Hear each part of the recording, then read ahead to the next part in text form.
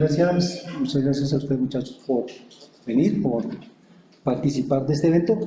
Quiero hablarles del tema de la violencia. Ustedes dirán, ya se ha dicho todo, las ciencias sociales colombianas han tratado el tema con mucha extensión. Sin embargo, yo creo que básicamente la narrativa que hay sobre la violencia en Colombia está mal fundada.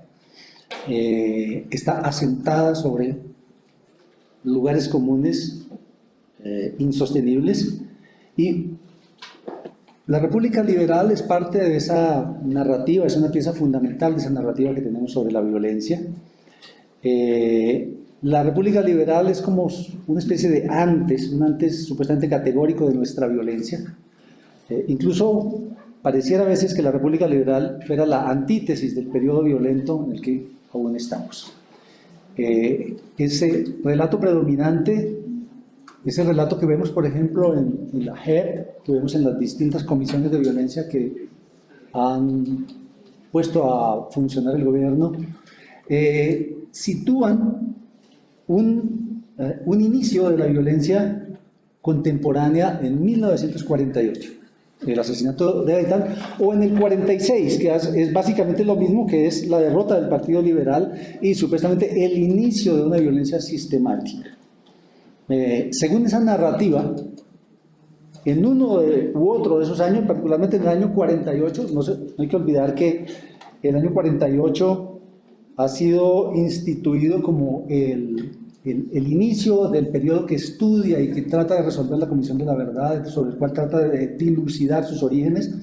Entonces, según eso, el conservatismo, según esa narrativa, en el año 48, el conservatismo, el partido gobernante, da comienzo en una sociedad supuestamente pacificada, da comienzo a una violencia masiva y brutal con la que busca predominar mediante sus hombres y mediante sus propósitos. Bueno. Esa escogencia del año 1948 como parteaguas de nuestra violencia es, insisto, un elemento significativo, un componente significativo de lo que yo he denominado una interpretación melodramática de la historia colombiana. ¿Por qué? Porque pone de un solo lado toda la intransigencia, toda la ceguera, toda la brutalidad que supuestamente funda nuestra locura contemporánea como nación. Al convertir a 1948 en el eje incuestionable de la explicación de la violencia, se ha logrado, sin embargo, empobrecer sustancialmente el problema y presuponer que está explicado, que está comprendido básicamente. En esta ponencia deseo hacer algo que me parece que es esencial a las ciencias sociales, y es complicar las cosas.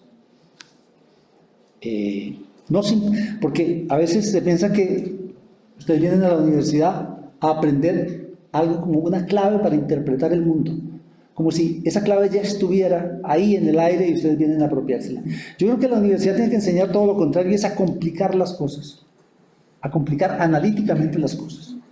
Entonces, quiero complicar esto mostrando cómo, al contrario de la narrativa predominante, en la República Liberal la violencia política fue constante, variada en sus expresiones, amplia geográficamente y en ciertos momentos y regiones de una gran ferocidad. Por eso hablo de la ferocidad invisible, una violencia enorme, brutal, pero que desde la misma época logró ser invisibilizada. Entonces mostraré cómo no solamente se trató de grandes cantidades de personas asesinadas, lesionadas físicamente, desterradas o despojadas de sus propiedades, sino al mismo tiempo, y esto es fundamental, fue una época de una gran crispación, de un enervamiento, de una pasionalidad política que hizo que los adversarios unos y otros se insultaran sistemáticamente y se desconocieran como actores válidos de la escena política. Además de todo, se trató de una época en que la violencia fue glorificada sistemáticamente. Mucho de eso aún nos queda, y parte del interés que pueda tener este examen de la violencia es ese, que muchas de las formas y de los fundamentos de la violencia que nacen con la República Liberal son los mismos que hoy nos tocan. Deseo pues mostrar cómo las agresiones y el odio constituyeron el aire de la República Liberal. Un aire que respiraron no solamente los militantes del partido en el poder, del liberalismo, sino todos los actores de la escena pública, liberales, conservadores y comunistas, unos contra otros, pero al mismo tiempo al interior de sus propios bandos, de sus propias corrientes políticas. Quiero comenzar entonces mostrando, en primer lugar, cuáles fueron los rasgos de la violencia, de esa violencia en la República Liberal. Bueno, para los que se les ha olvidado, cuando hablamos de la República Liberal, hablamos de ese periodo de 4 gobiernos que comienzan con Olaya Herrera en 1930 y terminan con el gobierno de López Lleras en el año 46. Bueno, entonces para percibir qué hay de novedoso, sobre todo en la magnitud de la violencia de la República Liberal, hay que tener en cuenta una cosa importante. Que el periodo anterior, ese periodo tan odiado por los colombianos, tan reconocido por su violencia, por la violencia del Estado, como fue la hegemonía conservadora, fue, sin embargo, pese a esa leyenda negra, fue un periodo relativamente pacífico de Colombia. Sobre todo si pensamos la violencia política. Un dato, a propósito, me parece muy diciente. En todas las elecciones, desde 1903 a 1930, en las elecciones, y la violencia política en las elecciones, la violencia en las elecciones fue, y ha sido en general en Colombia hasta la década de los 60, la principal forma de violencia. La violencia en las elecciones. Entonces, en todas las elecciones de 1903 a 1930 hubo unas 87 víctimas mortales, unos 87 muertos. 87.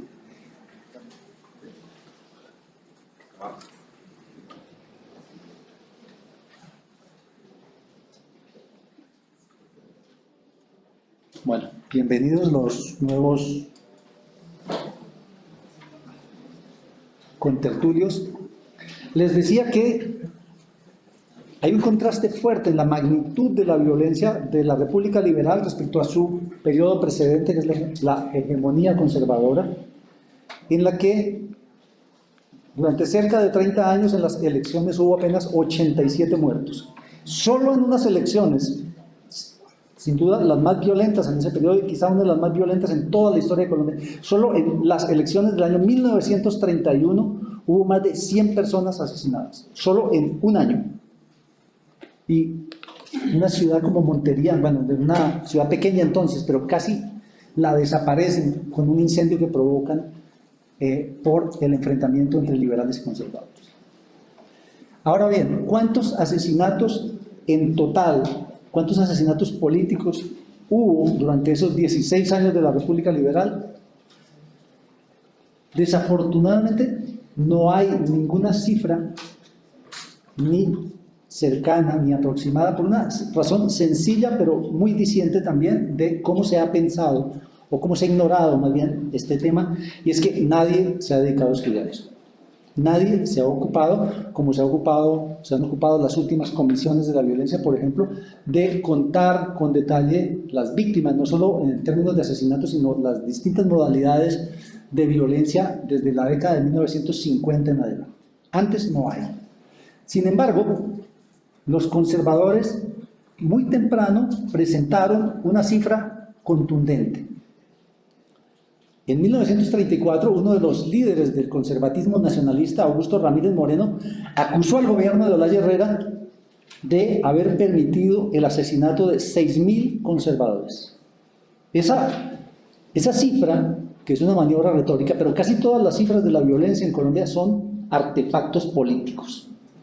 Esa cifra de los conservadores se arraigó en el discurso conservador. Al año siguiente los directivos del conservatismo hablaron de 6.000 o 7.000 víctimas, y en 1937 ya era casi oficial esa cifra de 6 o 7.000 víctimas. Nunca hubo un estudio, un listado, un análisis realmente sistemático de dónde estaban y cómo, en qué circunstancias, nada de eso. Ahora, ustedes pueden decir, bueno, entonces es una cifra absolutamente inútil, absolutamente baladí. No, y no lo es tampoco la cifra, por ejemplo, que construyeron los liberales en la década de 1950 respecto a la violencia de los conservadores. Hay que tomar en cuenta esto que les acabo de decir. Las cifras de la violencia en Colombia son herramientas en la lucha política. Quien se inventa esa enorme cantidad de muertos de la violencia de 1946 al 53 es Alfonso López Pumarejo. Él saca en el año 53 una cifra que no se sabe de dónde salió, de 240.000 asesinatos. Son, entonces, lo que yo llamo cifras míticas, como la cifra de las bananeras, la cifra de la guerra de los 1000 días, etcétera, etcétera. Todas esas son cifras que se lanzan unos a otros los actores políticos para desacreditarse. Son otra forma, otro instrumento de la lucha política.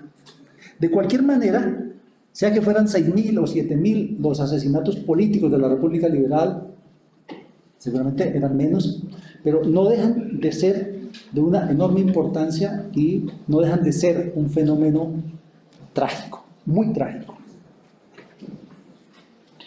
¿Qué he encontrado yo en este análisis de la violencia política en la República Liberal?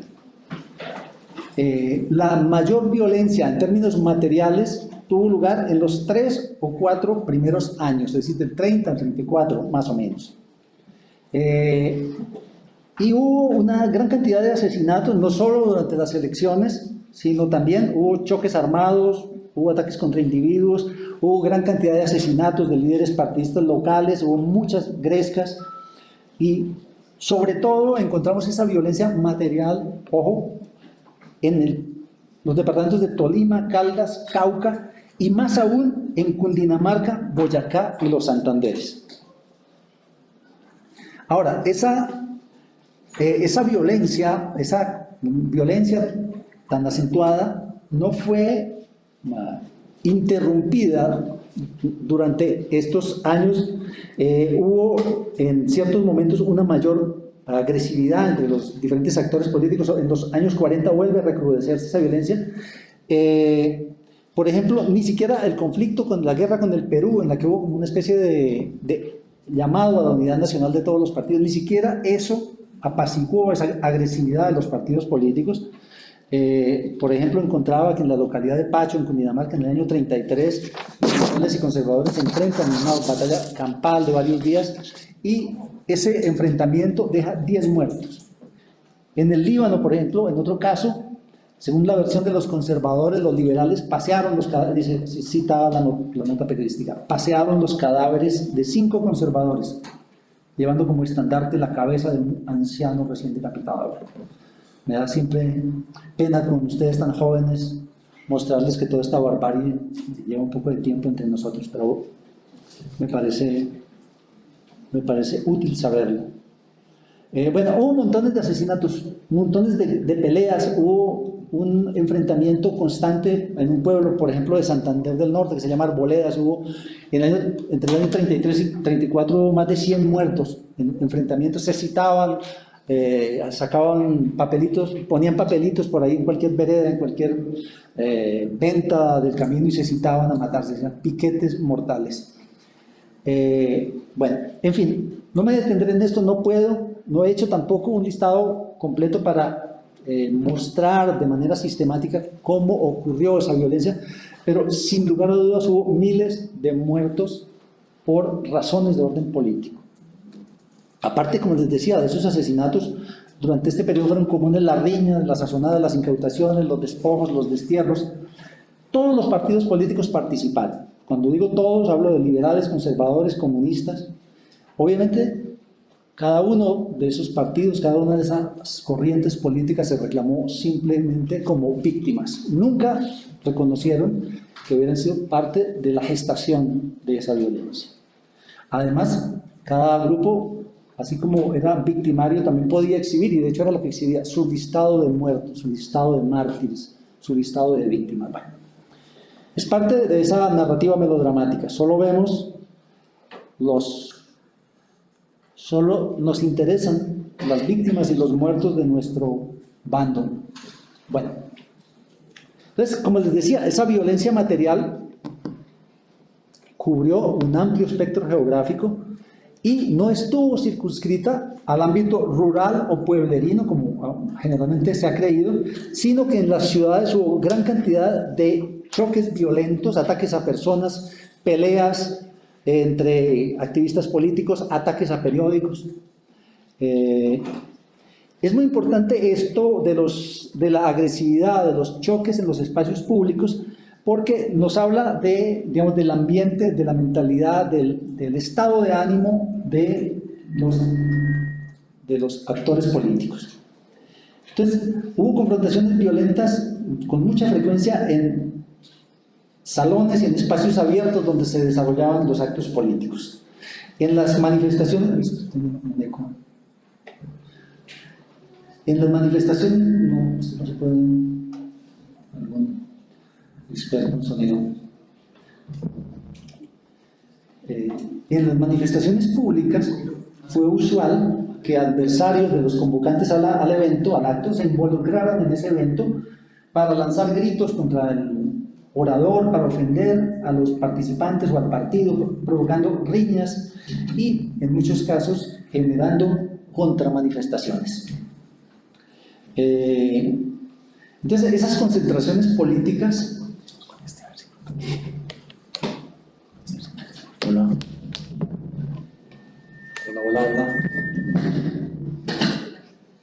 Hola, ¿ya? ¿Sí? ¿Suena? Bueno, sí.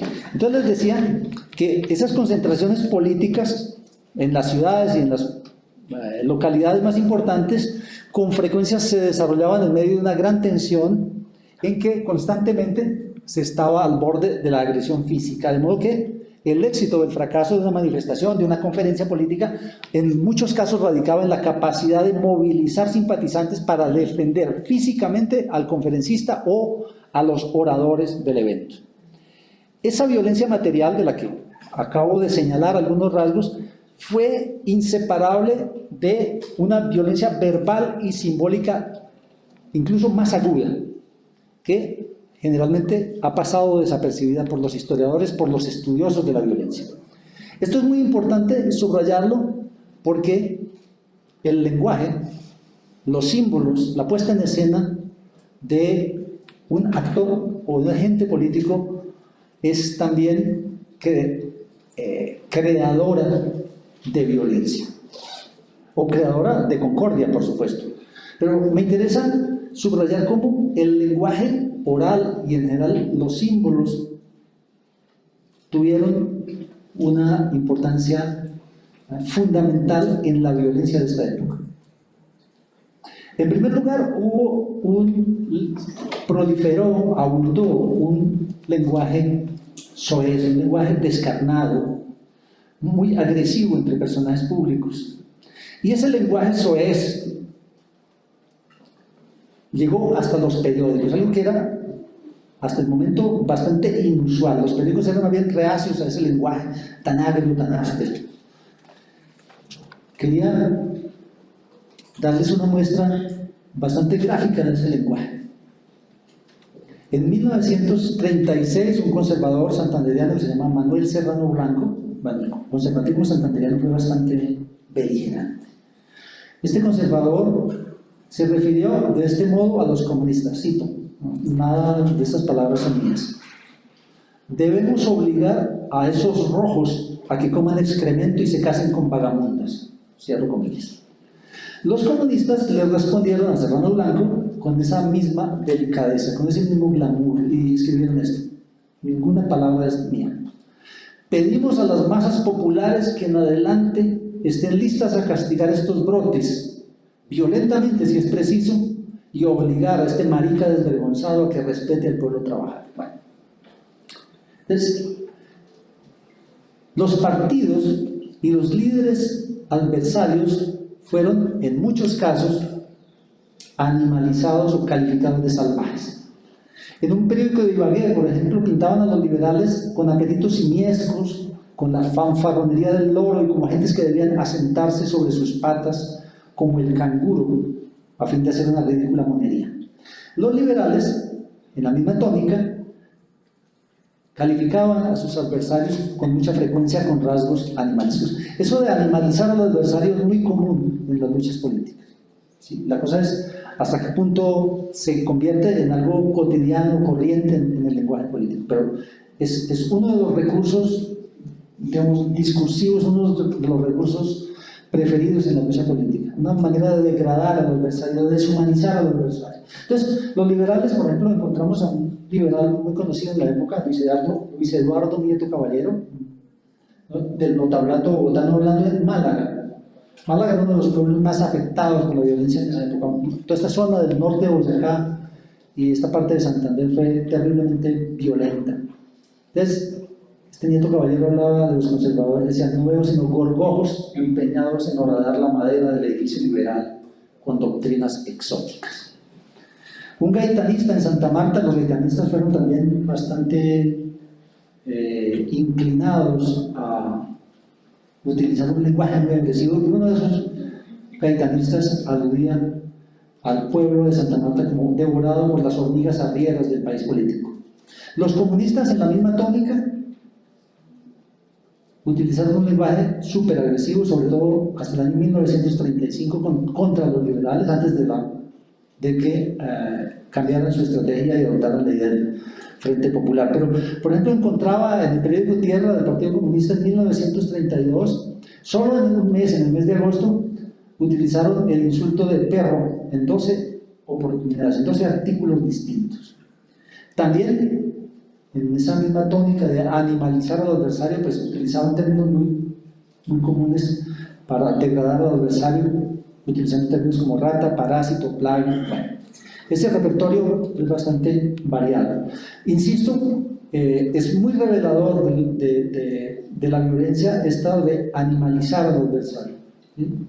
Que lo seguimos haciendo. De hecho, una historia del insulto es fundamental para entender cómo ha sido nuestra vida política. ¿Qué nos decimos cuando nos insultamos? ¿Cómo concebimos al adversario cuando lo insultamos? ¿De qué virtudes le negamos al adversario cuando lo insultamos? ¿No sé? Fundamental para vernos como sociedad. Y para ver cómo la violencia no es simplemente aquella en la que una persona sale herida o muerta, sino que hay una forma de violencia que coexiste y alimenta la violencia material. Bueno, es importante tener en cuenta que estas agresiones, ¿no?, o verbales, no eran casos aislados.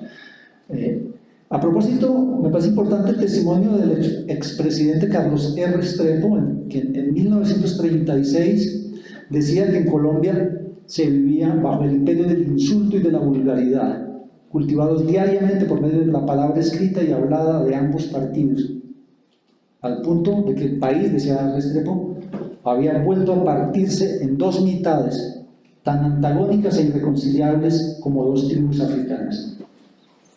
Decía Restrepo: unos y otros escribían como si la mitad restante estuviera poblada de fieras dignas únicamente de la destrucción. Entonces, muy lúcida esta manera de dar cuenta de este tema de la violencia verbal.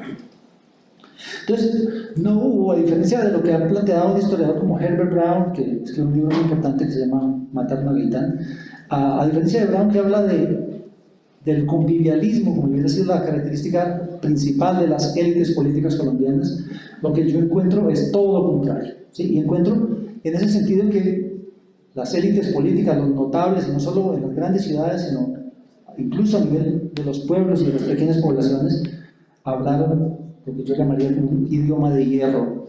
Un idioma de hierro que algún escritor liberal decía que lo encontraba también en Gaitán y lo elogiaba por eso, lo elogiaba porque en eso, entre otras cosas, se parecía a Vladimir Ilich Lenin, el líder de la revolución bolchevique. Entonces decía que Gaitán tenía un idioma cortante, erizado, agudo. Bueno, con esto quiere decir que era bastante, en otras palabras, bastante agresivo, bastante tajante, bastante displicente con sus adversarios. Entonces, muchos notables, muchos líderes, muchos activistas políticos usaron ese lenguaje agresivo para estigmatizar a los adversarios, para estigmatizar sus ideas. Y al hacerlo, al utilizar ese lenguaje, pues despojaban a los adversarios de todas sus virtudes, de su honradez, de su veracidad, de su inteligencia, de su patriotismo. El antagonista, según esa manera de ver el antagonismo, pues quedaba sin ningún tipo de valores ni virtudes, todo lo suyo, las instituciones que defendía, los sentimientos que proclamaba ese adversario, pues le parecían a los ojos de estos luchadores, de estos gladiadores políticos, le parecía que todo ello era arcaico, inútil o inmoral. De hecho, unos y otros se acusaban de que estaban movidos por intereses personales, por la ignorancia, por el error, por pasiones detestables, por pasiones incluso satánicas. Y esto de pasiones satánicas, de motivaciones satánicas, se lo adjudicaron, muy revelador, dos líderes políticos, uno liberal y otro conservador. Silvio Villegas, conservador, decía: el liberalismo no es sino el satánico combate del hombre contra el espíritu a nombre de la libertad. Y Jorge Salamea, un intelectual liberal muy importante, decía: el conservatismo durante su hegemonía fue una satánica voluntad de poder. No estamos hablando de que algo es satánico, obviamente estamos hablando de que algo es terrible, o sea, que es absolutamente abominable, que es contrario a la moral, al bien, a la virtud, a todo. Eso es lo satánico.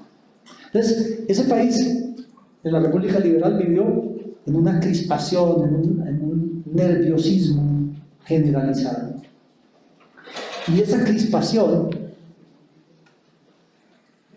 no se expresó solamente en la agresividad verbal y en la violencia material, en los asesinatos, en los altercados, en los atropellos físicos, sino que se expresó también como una agitación emocional en diversos grupos, en el sentido de que fueron gentes marcadas, dominadas en buena parte de sus vidas por el miedo, por la irascibilidad, por el odio.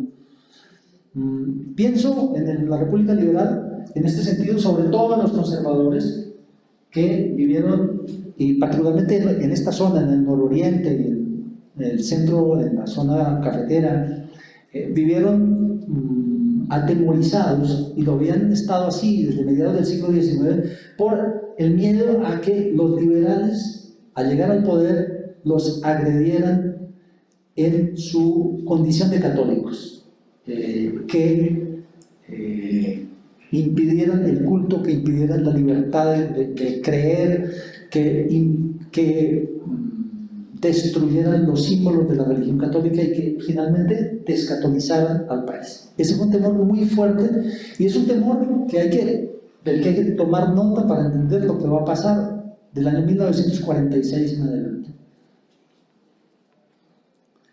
De hecho, ese estado de ánimo, ese temor, lo capta muy bien un literato y diplomático que se llama Alcides Arguedas, que escribió un diario, y él estaba en Bogotá cuando gana Olaya Herrera, y él ve al otro día del triunfo de Olaya Herrera, ve a los conservadores asustadísimos ir a los templos en Bogotá a encomendarse a Dios. Ya era como la última opción ante esa avalancha de horror que veían venir en un gobierno liberal. Entonces, sintetizando un poquito este tema de la violencia en esas distintas dimensiones, en estas distintas formas, yo creo que se puede utilizar para denominar eso, se puede utilizar un término que ha sido utilizado por un historiador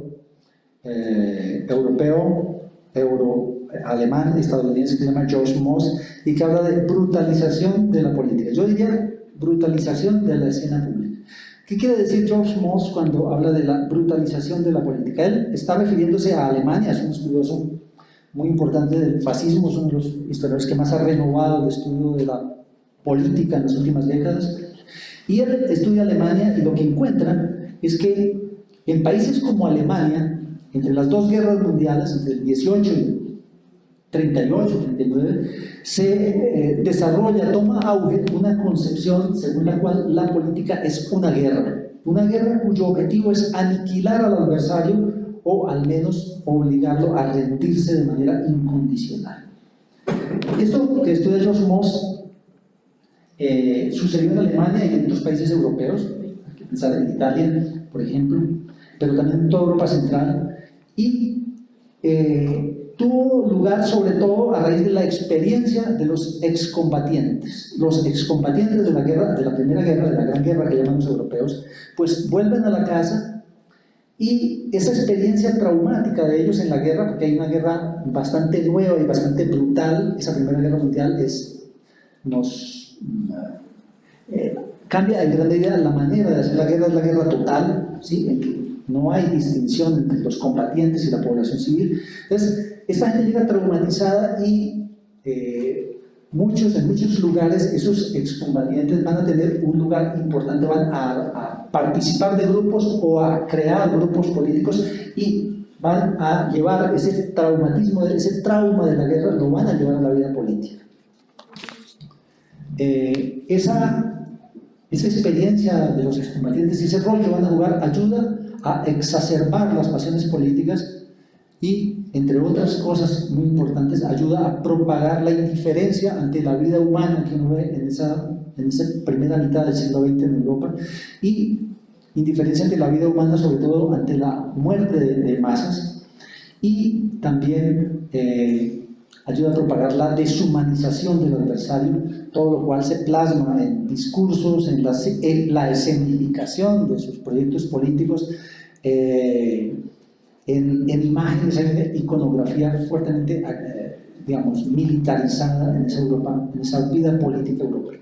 Entonces, ese concepto de brutalización me parece aplicable a este periodo, bueno, a este periodo de la historia colombiana, yo diría que no solo a este periodo de la República Liberal, pero a condición de retener de esa idea de George Moss solamente la caracterización de la vida política europea que acompaña esa brutalización y dejando a un lado el rol de los excombatientes de la Gran Guerra. Sí, obviamente en Colombia no hubo participación de soldados en esa guerra, pero tampoco lo hubo, por ejemplo, en España. Sin embargo, sí hubo, en el caso colombiano o español, que son muy importantes de conectar en este periodo, sí hubo en estos países una vida política plagada, llena de actos y de palabras sangrientas, de dispositivos para impedir de modo violento a los adversarios el uso del espacio público. Abundó la apología de los hombres, de los líderes, de los partidos y de los sistemas autoritarios. Todo esto me parece que nos permite utilizar con cierta propiedad el concepto de brutalización de la escena política o de la escena política. Es muy importante resaltar que el mundo, y cuando digo el mundo pienso particularmente en Europa. Claro, es elemental que el mundo no es Europa, pero Europa sí goza del privilegio de marcar la pauta en muchas cosas y de ser referente cultural, intelectual y político para mucha gente, entre otros para los colombianos. Entonces, ese mundo, sobre todo del periodo de entreguerras, es un mundo extremadamente violento, ¿sí? Que poner en la mente los totalitarismos para empezar. ¿Sí? No solo los totalitarismos triunfantes en la Unión Soviética, en Italia, en Alemania, sino en muchos otros países a través de movimientos y de líderes y de proyectos que van a tener una enorme influencia. Entonces, ese mundo es extremadamente violento, es un mundo en el que las vías democráticas, la democracia no goza de mucho prestigio y por ende es poco verosímil, poco realista suponer que un país como Colombia, que está, por supuesto, tremendamente conectado en todos los sentidos con Europa, vaya a quedar al margen de esa violencia de ese periodo. Bueno, habiendo señalado algunas características de la violencia durante la República Liberal, quiero pasar ahora a tratar a proponer algunos elementos explicativos de esa violencia. Caramba, he hablado demasiado, muchachos. Bueno, Lo siento. Bueno, voy a ser muy breve porque me parece que vale la pena, sobre todo, dialogar con usted. ¿Cómo explicar esa violencia? Primero que todo, no ha habido un esfuerzo de las ciencias sociales por explicarlo, porque simplemente les ha parecido que no es muy relevante.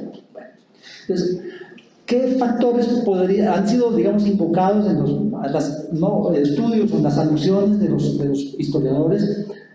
Se ha hablado, por un lado, de la lucha por el poder político, sobre todo en el periodo de transición, desde el año 30-31, que los conservadores no quieren entregar el poder, no quieren ceder el poder electoral, no quieren ceder el poder judicial, no quieren ceder el poder legislativo que todavía les queda. Es decir, cuando gana Olaya, solo gana el poder ejecutivo, pero los conservadores quedan con el control de esos otros poderes y hay un forcejeo por eso. Los liberales, como habían hecho los conservadores y como consuetudinariamente habían hecho, trata de liberalizar a la fuerza el país y sobre todo las zonas más conservadoras y particularmente estas zonas del nororiente. Entonces, ese es un factor importante. Otro factor importante, en una explicación, digamos, tradicional, es la conflictividad social y particularmente la movilización por la tierra. Hubo conflictos agrarios, sobre todo en el occidente de Cundinamarca y en el Tolima, pero en realidad esa conflictividad se desmonta mucho con lo que hacen los liberales, sobre todo con la ley, con el proyecto de reforma agraria que logra entregarle la tierra, logra parcelar las tierras en esas zonas conflictivas del occidente de Cundinamarca, sobre todo. Y bueno, hay otro factor importante dentro de una explicación, digamos, tradicional, y es la de los rencores heredados. Yo creo que no es necesario explicar, ampliar esto. La vida política y particularmente las guerras civiles habían dejado una herencia de muchos odios, mucha gente lastimada y la llegada al poder de un partido significaba en cierto sentido la posibilidad de vengarse. ¿Sí? Entonces, esos odios heredados y estos otros elementos sin duda son importantes. Pero yo quiero proponer un par de elementos nuevos para comprender esta violencia. Me detendré solamente en dos. Uno, el primero, lo que yo llamo una sensibilidad escatológica. ¿Qué es una escatología? ¿Qué es eso? Un propósito escatológico. Aquí podemos recurrir a Mircea Eliade, que plantea que toda escatología se orienta a la creación de un mundo nuevo una vez el mundo presente haya sido definitivamente abolido. Añade Mircea Eliade, no se trata de regenerar lo que ha degenerado, sino de destruir el viejo mundo para poderlo rehacer completamente. La obsesión por la bienaventuranza de los comienzos requiere la destrucción de todo lo que desde el comienzo del mundo ha existido y por ende se ha degradado. No hay otra manera de restaurar la perfección inicial. Es obvio que estamos ante una perspectiva que tiene mucho que ver con lo religioso. ¿Sí? Estoy entonces con esto de la sensibilidad escatológica. Estoy aludiendo a que una parte significativa de las élites políticas e intelectuales de Colombia participó en una tendencia universal de esas primeras décadas del siglo XX a creer que el mundo estaba en una situación de crisis aguda, cuya única solución, cuya única salida era refundar completamente el orden social. Lo vemos, por ejemplo, en esa idea, ese sentimiento, ese compromiso con el ciclo de decadencia-renacimiento, de crisis, nuevo orden. Lo vemos, por ejemplo, en el liberal Jorge Zalamea, quien dice esto. En 1933, Jorge Zalamea va a ser un funcionario muy importante del régimen liberal y es uno de los literatos más importantes que tiene este país, con unas obras muy relevantes. Entonces decía Zalamea, toda la vieja política y todos los viejos procedimientos y todo el viejo cientifismo y toda la vieja economía política y toda la vieja organización capitalista e industrial no han hecho cosa distinta a convertir el mundo en una cosa fea, deshonesta, caótica y oscura que se nos está desmoronando entre las manos. Los que no quieran hacerse cómplices de tamaña sordidez y vergüenza no tendrán más remedio que declararle la guerra abierta y de por vida a cuanto signifique defensa de tal orden de cosas. Esa sensibilidad escatológica, ustedes obviamente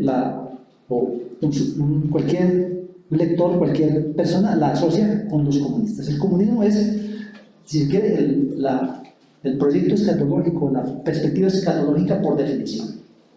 El capitalismo está en crisis, una crisis absoluta, irreversible, y el comunismo es la resolución de ese enigma, reorganizando, refundando, haciendo renacer completamente la sociedad y la humanidad. Pero esa sensibilidad escatológica no la vemos solo en los comunistas, en los liberales, en la derecha nacionalista, sino incluso en un personaje aparentemente distinto, muy distinto, que es Laureano Gómez. Entonces, esa sensibilidad escatológica que se difundió entre las élites políticas e intelectuales abrió diversos escenarios, como diversas dinámicas en el ámbito político, y solo quiero señalar dos. Uno, esa sensibilidad escatológica le dio aval a proyectos políticos radicales e incluso utópicos. De modo que en todas las corrientes políticas hubo líderes, hubo corrientes que deseaban practicar una especie de ingeniería social, de refundación completa del orden social. En segundo lugar, esa sensibilidad escatológica llevó a un fomento de un ambiente de guerra social y política inminente. Bueno, eso respecto a ese primer factor me parece que hay que introducir en el análisis de la violencia.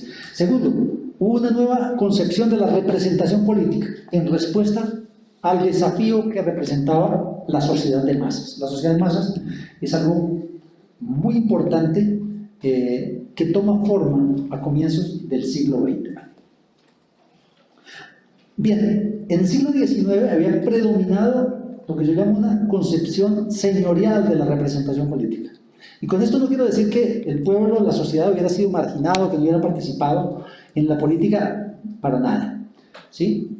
Lo que quiero decir es que las sociabilidades políticas, los discursos, los escenarios y las formas de encuadramiento a que recurrieron los partidos en el siglo XIX pudieron conservar claramente la impronta de las clases sociales altas, en el sentido de que lo que hubo fue, o el prototipo del hombre político, fueron políticos solemnes, políticos de frac, llaman algunos, políticos distantes respecto al pueblo sociológico y mucho más ante las muchedumbres.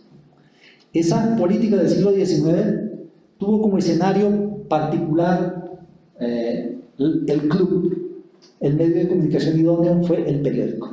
Todo esto cambió con la irrupción de las masas en la escena pública.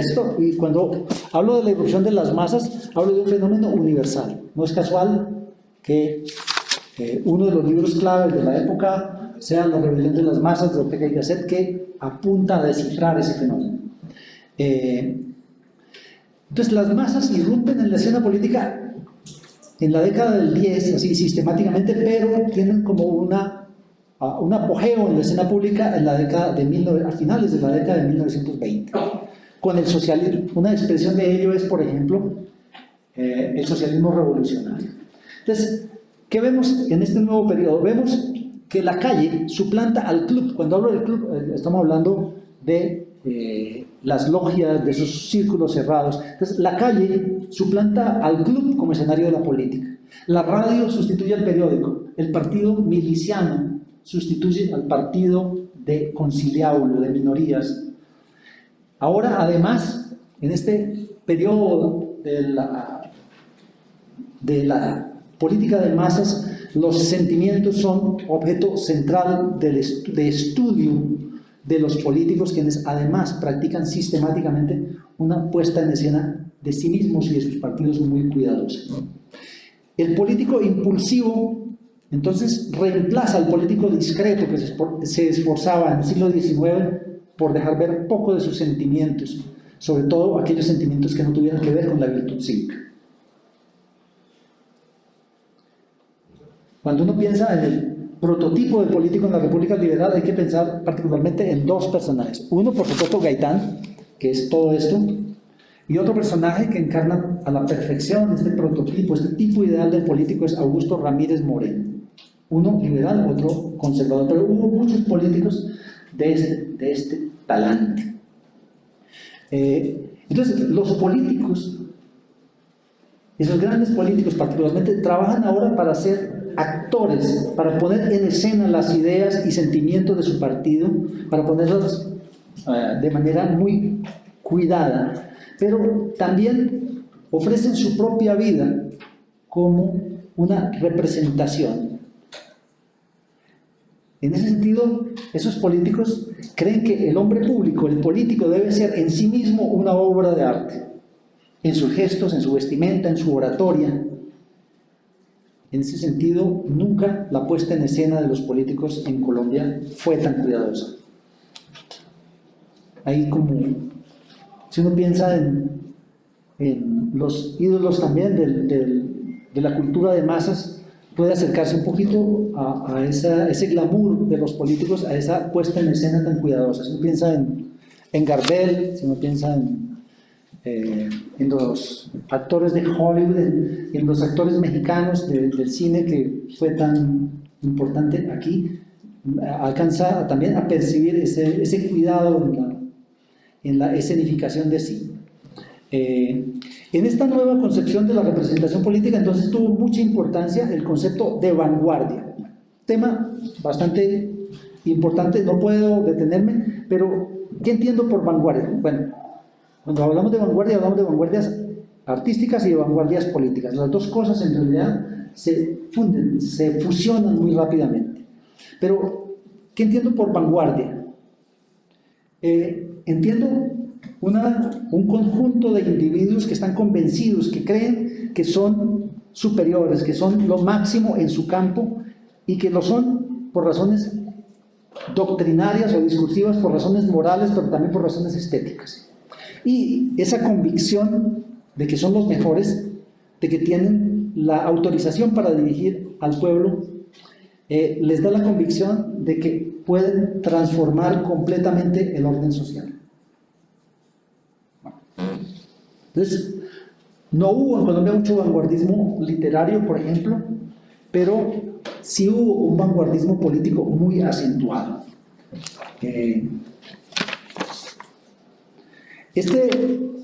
Esta concepción vanguardista de la política pues va de la mano con una exaltación de una nueva masculinidad, de una nueva virilidad, y entonces no se trata solamente de ser los más aguerridos, sino también de quienes se ofrecen a remover cualquier obstáculo, a arrollar cualquier adversario con tal de darle a la sociedad, darle al país una nueva vida. Muy común eso del nuevo orden, la nueva vida, la nueva aurora, etcétera, etcétera. No solo entre los comunistas. Bueno, ese vanguardismo también va de la mano con una exaltación de la juventud. La juventud es llamada a ser el centro de la lucha política, y en la juventud, ¿qué virtudes se hallan? La audacia, la energía, el compromiso, que son elogiadas como condiciones, como factores esenciales para refundar el país, para hacer un nuevo país, para reconstruir el país a la manera como lo piensa, por ejemplo, Gaitán. Esta concepción de la representación política nueva, ¿sí?, cargada de llamados a los jóvenes, a los más valientes, a los más enérgicos, pues va de la mano con algo muy importante en los partidos políticos, y es la propuesta, el ideal que se desarrolla de organizar a los partidos a la manera como se organizan los ejércitos, como se organiza la milicia. Todos los partidos en Europa, los partidos más dinámicos, hay que pensar en el fascismo, en el Partido Comunista, se adoptan esta idea. Los partidos ya no son esos viejos partidos dirigidos por unos señores muy respetables que están elaborando proyectos y que dirigen a la sociedad. No. Los nuevos partidos y el nuevo liderazgo político debe desarrollarse mediante organizaciones que estén dispuestas a ir a la calle, a tomarse el espacio público, a sobreponerse a sus adversarios, a darle garrotazos en la cabeza si es necesario. Es muy importante esto, por ejemplo, en el fascismo italiano se logra hegemonizar el espacio público mediante la violencia. La violencia es fundamental en esta nueva idea de la representación política. Entonces, estos partidos, como el que propone Gaitán, por ejemplo, en el año 1931, cuando es parte de la Dirección Nacional del Partido Liberal, es que hagamos un partido disciplinado, jerárquico, que cree legiones a la manera de los romanos, con distintivos, con himnos, con incentivos para los militantes, que haga una militancia permanente. No la militancia de quien va el día de las elecciones a votar, no. La militancia debe ser de todos los días. El partido debe administrar, debe dirigir, debe orientar todos los aspectos de la vida, y esto nos pone frente a un problema muy importante. La política deja de ser un hecho, un acto ocasional para convertirse en un hecho diario, cotidiano. La política busca meterse en todos los ámbitos de la vida y marcar no solo lo que piensa la gente, sino lo que siente la gente. Bueno, finalmente, en aras de sintetizar esto que les he venido señalando, ¿cuál sería la explicación en síntesis de la violencia durante la República Liberal? Entonces, yo diría que los factores de conflicto nuevos y transnacionales, como la sensibilidad escatológica y la representación política militarizada particularmente, se sobreponen, se conjugan con los factores de conflicto internos y tradicionales, como esos que inicialmente enuncié, que son los conflictos partidistas y sociales, y que esa conjunción entre esos nuevos factores y esos viejos elementos, pues le dan a la escena pública y a la vida social en general del país un temperamento nuevo, un temperamento belicoso. Hay que añadirle a esta explicación, me parece, o enfatizar en esta explicación, en este intento explicativo de la violencia en la República Liberal, pues una serie de interacciones importantes que normalmente se dejan por fuera del análisis. Hay que vincular la vida política y cultural de las ciudades y sobre todo de Bogotá con la vida política y cultural de los pueblos y las zonas rurales. ¿Por qué? Porque normalmente se cree que la vida política del país es lo que pasa en Bogotá y lo que le pasa a los líderes y lo que hacen los líderes nacionales, los grandes políticos. Yo creo que si no se conecta esa actividad, esos discursos, esas intervenciones de los grandes políticos con lo que hacen las gentes y sobre todo los líderes, los activistas políticos a nivel local, estamos dejando por fuera aspectos fundamentales de la vida política real. Lo otro que me parece importante de conectar, de entretejer, es el vínculo entre los discursos o el elemento racional de la política y su componente emocional. Y finalmente hay que esforzarse por comprender la vida política nacional con la vida política y la vida intelectual y estética en el mundo. Porque normalmente en este periodo, cuando vemos el rol de Europa en nuestra violencia, solo vemos lo que significó la Guerra Civil Española, que fue sin duda muy importante en la radicalización de los conservadores y liberales y de los comunistas, pero aparte de eso, aparte de la influencia específica del conflicto español, pues hay un montón de variantes de orden cultural, de elementos de orden cultural, de discursos, de mentalidades, de formas materiales de vida que marcan, que determinan, por supuesto con todas las variantes y las especificidades que se quieran, pero que marcan nuestra vida política y nuestra violencia. Bueno, finalmente, solo quiero sugerir que es importante problematizar o complicar, como les decía, la interpretación de la violencia durante la República Liberal,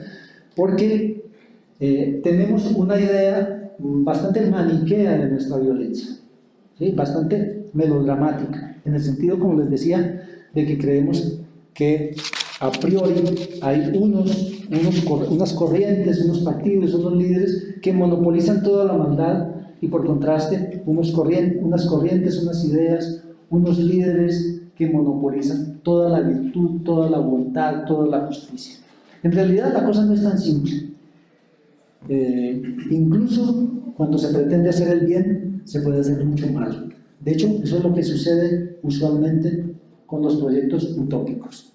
Se quiere hacer el bien absoluto y con frecuencia se hace mucho mal. Bueno, yo dejo ahí y me gustaría mucho que ustedes participaran en esta conversación.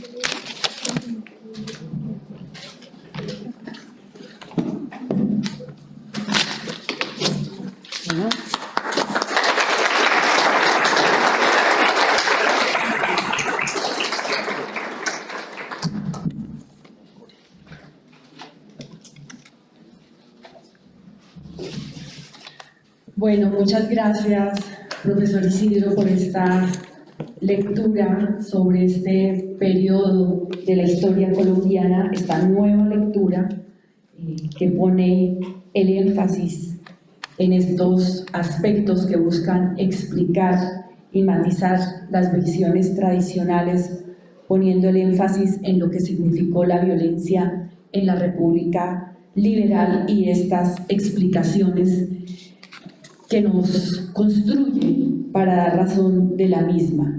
Quisiéramos dar la palabra al público, entrar quizás en diálogo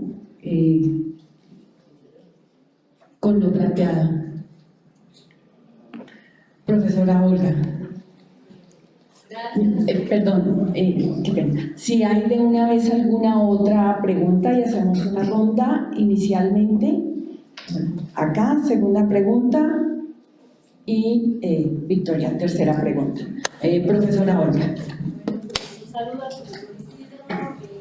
Interesantes las reflexiones sobre la República Liberal y las nuevas apuestas.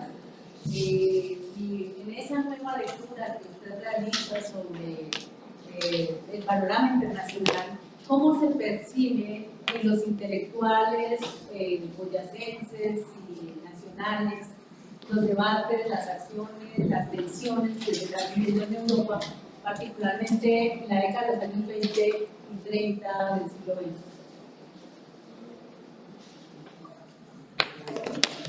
XX? Gracias. Acá una segunda pregunta. Bueno, la pregunta puntualmente es ¿cómo las entidades eclesiásticas interpretaron sus ataques verbales durante esa época? Sabemos que la Iglesia trata de tener un diálogo, una palabra un poquito más, ¿cómo podría decirlo?, más formal en ese punto, y si estos ataques verbales eran muy fuertes, como ellos los veían. Gracias. Victoria.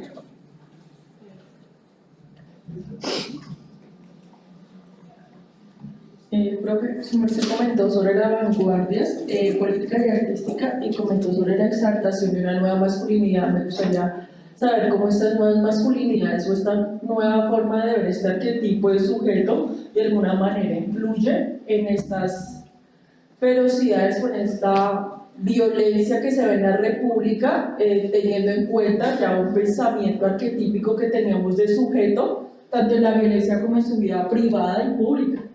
Entonces, pues, sí me gustaría saber cómo que estas nuevas masculinidades que se comenta. Profesor.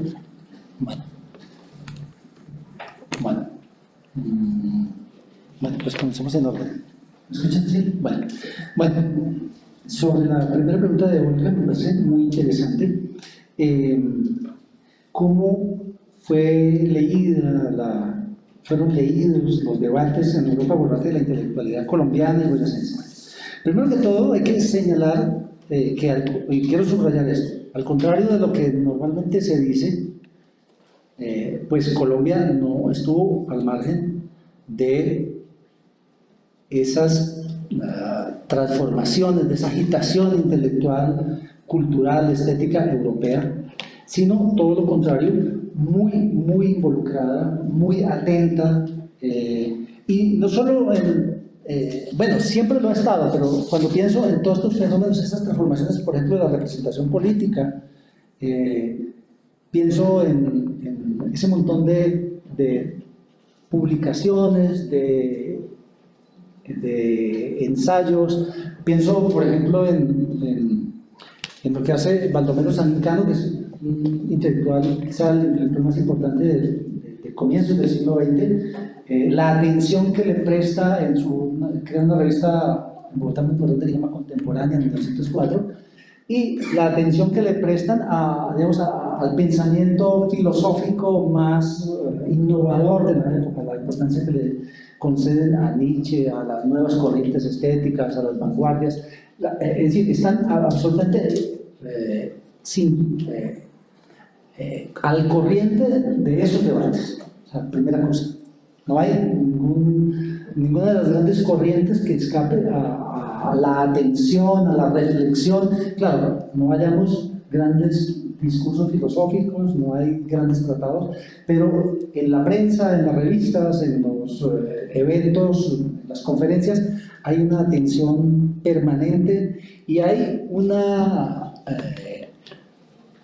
afán muy normal, quizá exagerado en Colombia, por asimilar ese pensamiento, por estar a tono con las corrientes innovadoras del pensamiento y del arte en Europa, ¿sí? Entonces, claro, hay momentos en que sienten como, digamos, los intelectuales como más dinámicos, más atentos, sienten como que todavía les falta escudriñar más en eso que está ocurriendo en Europa, pero en general, todos los creadores de discursos, los artistas, saben de qué se está hablando en Europa, saben de qué debates se están librando entre unas y otras corrientes, y no solo en términos intelectuales y artísticos, sino también en términos políticos. Ahora, a veces aquí, por ejemplo, se dice, es que estamos muy atrasados porque no hubo, por ejemplo, un socialismo muy fuerte, un bolchevismo muy temprano. A mí me parece que eso habla bien al contrario de la intelectualidad colombiana y de la gente atenta a la vida política, y es cierta mesura, cierto discernimiento, cierto interés en adaptar esas cosas a nuestra realidad. Pero,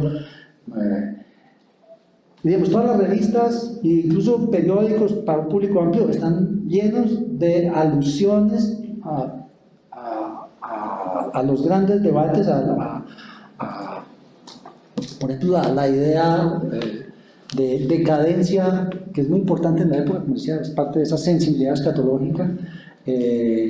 Spengler es leído, Spengler es uno de los que formula más claramente esa idea de decadencia, y es leído, es citado, reflexionado en Colombia, y así la mayoría de los intelectuales y de los debates que tienen lugar en Europa. Bueno, respecto a la Iglesia y esta agresividad verbal, en realidad la Iglesia tuvo claro, más unos ciertos sectores que otros, pero hubo, por el contrario, muchos agentes eclesiásticos, muchos curas metidos a la lucha política, metidos como agentes directos, como activistas políticos, que participaron de esa agresividad. El caso, y particularmente en Tunja y en toda esta zona, hubo unos curas de un sectarismo espeluznante. Hay que pensar en el cura Mora Díaz, un cura muy importante aquí, Francisco Mora Díaz, que sacó unos periódicos muy incendiarios, o un cura aún más sectario, más violento, que se llamaba Daniel Jordán, que fue cura en varias zonas, en varias localidades, varias ciudades de este lugar. Entonces, en realidad, la Iglesia no fue un factor de contención de la violencia, de apaciguamiento, sino que fue más bien un factor de agitación. La Iglesia ahondó todo ese temor que había, un temor además que tenía razones de ser, porque, como les decía, la Guerra Civil Española y la política española tuvo aquí una influencia enorme, y ese miedo que había en España al asesinato de curas, a la quema de iglesias, como efectivamente pasó en varias ocasiones, pues eso se vivía aquí, eso se sentía y formaba parte como del arsenal sentimental, sobre todo de los conservadores. Entonces, yo diría más bien que la Iglesia, todo lo contrario, participó, porque muchos curas fueron no agentes de un proyecto, de un discurso, de una idea religiosa, sino que desbordaron eso y se convirtieron en simples agentes políticos. Hubo, por supuesto, algunos curas que no lo fueron, pero se notaron mucho más los curas intransigentes. Pienso, por ejemplo, en un cura muy importante, Monseñor Miguel Ángel Puiles, por ejemplo, en la zona de Antioquia. Ahora, respecto a la tercera pregunta, que me parece también muy interesante, sobre la vanguardia y esa nueva masculinidad, me parece súper importante ese tema. Yo encuentro en mis indagaciones, que por el momento no son tan extensas y tan profundas como quisiera, que hay como dos elementos nuevos en la masculinidad de este periodo, que yo los asocio a dos personajes muy influyentes en el orden intelectual y en general en la vida de la sociedad, no solo en Colombia, sino uno podría decir que en el mundo. Un personaje que a ustedes quizás no les diga nada, que se llama Gabriel D'Annunzio, es un poeta italiano. Él fue muy conocido por su intervención tras la Primera Guerra Mundial, tratando de que una ciudad italiana que se llamaba Fiume, no una ciudad que se llamaba Fiume, quedara dentro de Italia, porque estaba, bueno, se había desmoronado el imperio austrohúngaro. Él es muy conocido por eso, pero en realidad su influencia en el mundo se dio sobre todo por su condición de poeta. ¿Y qué fue lo que hizo él como poeta? Él cambió la manera de denunciar el erotismo y la sensualidad. Estamos hablando a finales del siglo XIX, él ya era conocido a finales del siglo XIX. Y hace una poesía más directa, más carnal, con un erotismo más franco, sin toda esa cantidad de mediaciones, de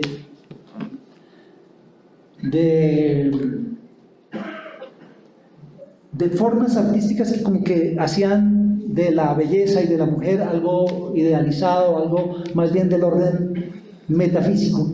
Para él el erotismo era carnal, era sensual, era en ese sentido muy de lo que hoy concebimos como la poética del erotismo, ¿sí? Entonces, antes se cantaba a la mujer como un ser idealizado que tiene que ver más con la Virgen María, con la Virgen, con el ámbito de lo sagrado. La mujer era intocable y en ese sentido el cuerpo de la mujer y el cuerpo humano en general se le tendía como un velo, no se le aludía directamente. Lo que hace Gabriel D'Annunzio es cambiar eso completamente. Entonces, ese es un elemento, el elemento nuevo, elemento d'annunciano de la masculinidad. Pero hay otro elemento que es el elemento nietzscheano de la masculinidad. Nietzsche fue muy importante y en el caso colombiano, curiosamente, se le prestó mucha atención a Nietzsche, ¿sí? Insisto, no porque haya habido grandes tratadistas y filósofos que hayan escrito sobre Nietzsche, sino porque Nietzsche se convirtió en un referente cotidiano, constante, lo ve uno muchísimo en la prensa, y ve sobre todo una idea y un libro, el Zaratustra.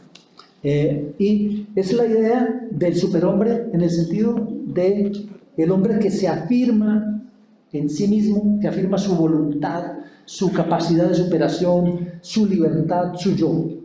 Entonces, esa idea que está en todos los proyectos políticos ambiciosos de comienzos del siglo XX, se introduce en toda la política y llama, lo que logra es incitar a los hombres políticos, a los que tienen vocación por la política sobre todo, a que actúen con determinación, con heroísmo. La vida debe ser heroica, ¿sí?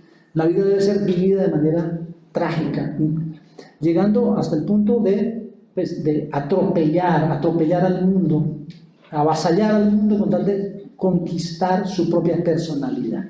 Entonces, esos dos elementos se empiezan a a meter de manera muy tenue, claro, tenemos una masculinidad distinta, muy católica, muy recatada y en cierto sentido muy hipócrita, pero desde comienzos del siglo XX esa masculinidad hegemónica se va fisurando, entre otras cosas, por estos dos elementos nuevos que yo digo, como les decía, a D'Annunzio y a Nietzsche. Bueno, diría eso. Bueno, muchas gracias. Mientras aparecen otras preguntas, quisiera plantear una.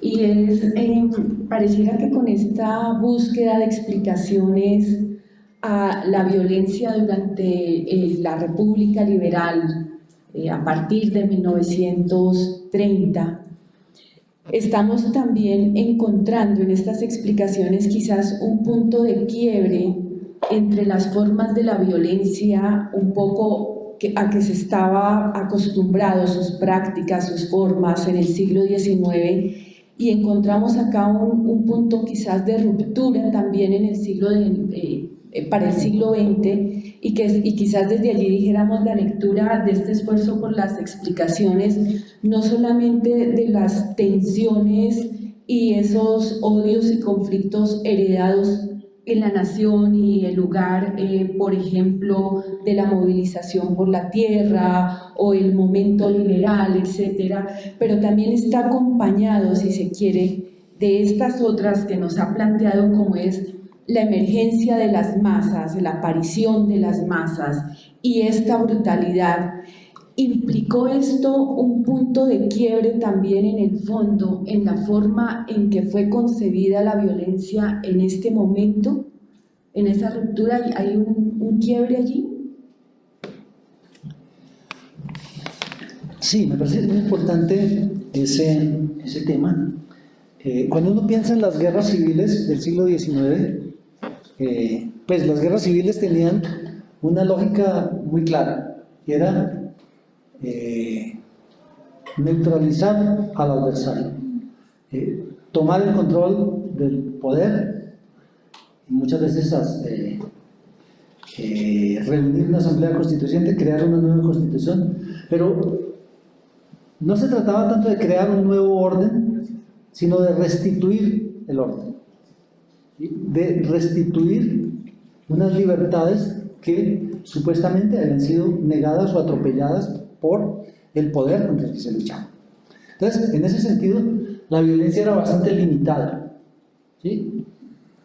Normalmente, quien triunfaba dejaba que el adversario sencillamente se fuera para la casa. Hacían un pacto, pero en realidad el cese de las hostilidades, el triunfo militar, significaba que el que había perdido se iba para la casa, muchas veces se llevaba las armas. En realidad no había... Lo importante es que no había el interés, el vencedor no tenía el objetivo de eliminar al adversario, de eliminarlo ni política ni físicamente. Claro, hubo muchas formas difusas de persistencia de la violencia, pequeños grupos, alguno otro lo mataban después de que terminaran las hostilidades, pero en general esa era la lógica de las guerras civiles.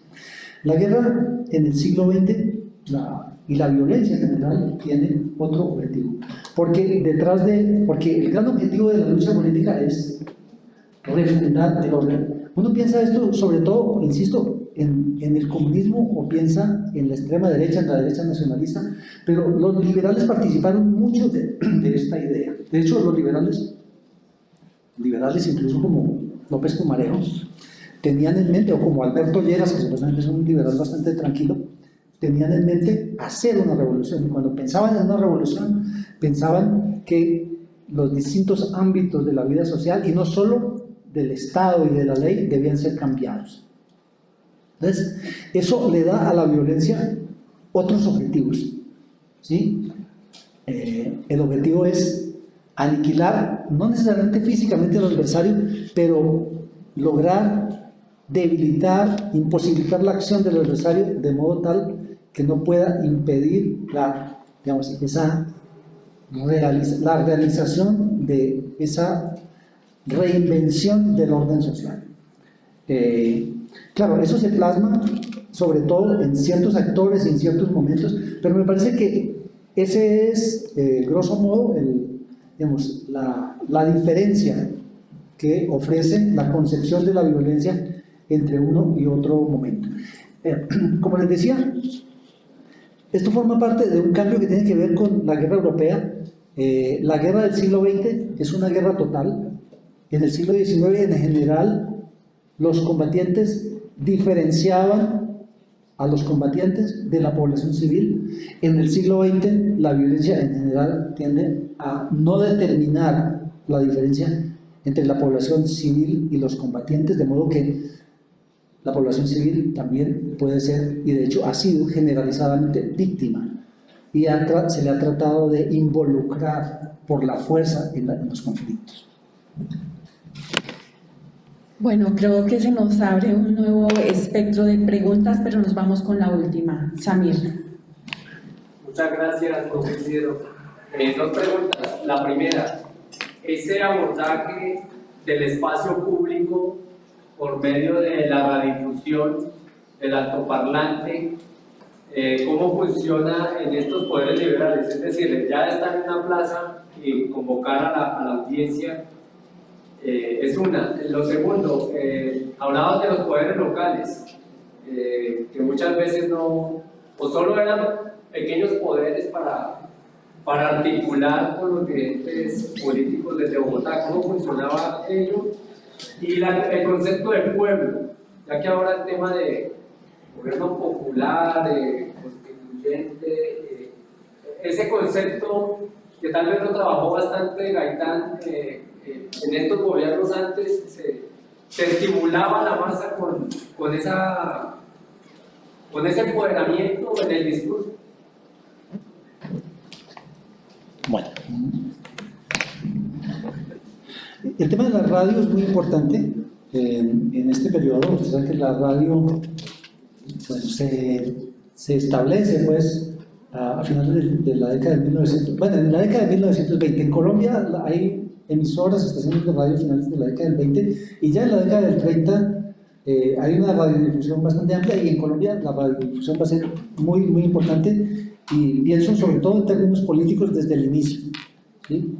Y me parece que la radio es un símbolo muy importante de la nueva política, de la política de masas, de la política en la que lo emotivo, lo emocional es más trabajado, más atendido por todos los actores políticos.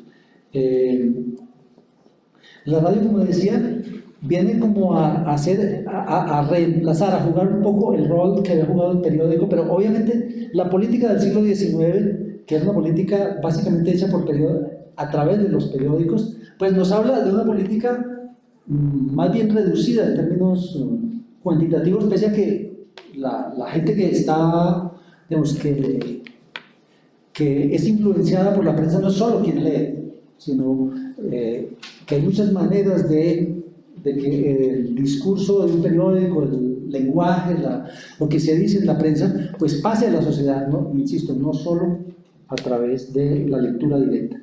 Entonces, en la década de los 30, sobre todo, en una sociedad de masas, la radio puede traspasar esas fronteras sociales, pero también puede conectar de una manera mucho más dinámica, más directa, más rápida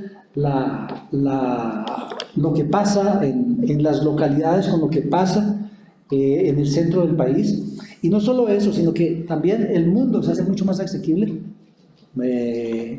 Mucha gente escucha noticias, escucha música de Europa, de Estados Unidos. El mundo se hace más directo, más evidente, más tangible a través de la radio. Entonces, la radio se convierte como en el instrumento primordial de la política, pero al mismo tiempo que conecta más, que hace que el país que Colombia se nacionalice en el sentido de que se conecte mucho más, pues también hace que la política sea algo mucho más inestable, ¿sí? Dada esa velocidad y dado ese carácter emotivo que por definición tiene la expresión política a través de la radio. Bueno, más que respecto al poder local y nacional, yo creo que me gustaría hablar más bien de cómo pensar o de qué relación se da entre la política local y la política nacional. Normalmente, como les decía, la política nacional de un país como Colombia tiende a verse exclusivamente por lo que sucede, por lo que se hace en el centro de ese país.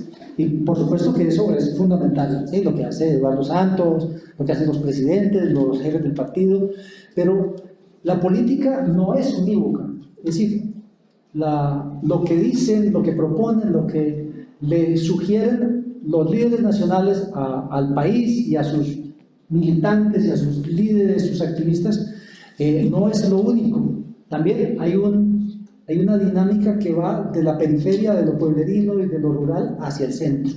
Y esto es muy visible en la violencia. Diversos líderes políticos, entre otros, Laureano Gómez en cierto momento se queja de que él está llamando a cierta contención, a cierta moderación a sus militantes, pero que le están escribiendo de Santander, de Boyacá, que nada que ver, que lo que hay que coger es y machacar a los liberales, ¿sí? Porque ellos se sienten muy agredidos. Entonces, lo que uno ve es que también hay un impulso, hay una dinámica que viene de la periferia al centro, que no todo lo determinan, no todo lo hacen, no todo lo dicen, no todo lo piensan simplemente los líderes nacionales. Máxime en un país donde la prensa y los medios de comunicación fueron tan dinámicos. Suponer que de arriba bajan las ideas así tal cual y que los militantes de un partido lo único que hacen es tomarlas y llevarlas a la práctica, me parece que es bastante simplista. Hay que ver tanto a los líderes como a nacionales como a los líderes locales, a los activistas, en medio de un conjunto de estímulos intelectuales, emocionales, morales, estéticos, que es común a todos y del que todos beben, del que todos se alimentan. Bueno.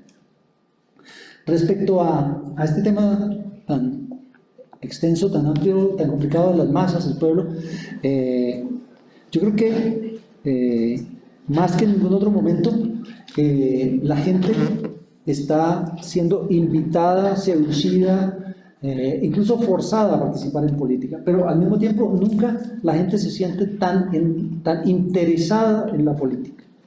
Hay muchísimas formas de sociabilidad, muchísimas expresiones del interés de la gente por participar en la política, por ser parte de la dinámica política, por decir lo que quieren decir. ¿Sí? Pero bueno, no, ese tema es demasiado extenso como para decir más.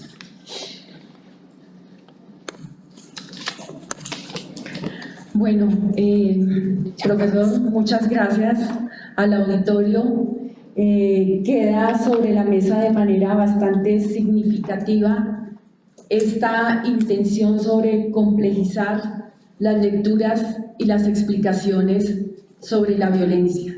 Como hemos dicho en otras ocasiones, una apuesta, una necesidad quizás urgente en estos contextos nacionales y globales, y que hoy encontramos esta complejización quizás desde aspectos que buscan poner en el centro la lectura de la violencia y en relación con tópicos políticos, pero también con los sentimientos, con las emociones, con esas transformaciones que da la época a la política, a sus prácticas, pero también a la violencia.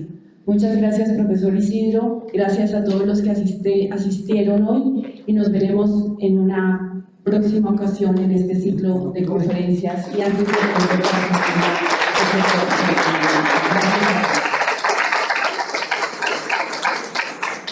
sí, este es un abrebocas a un tema que le seguirá dando continuidad. Estamos en la ruta de este tema. Ya habrá noticias. Muchas gracias. Buen día para todos.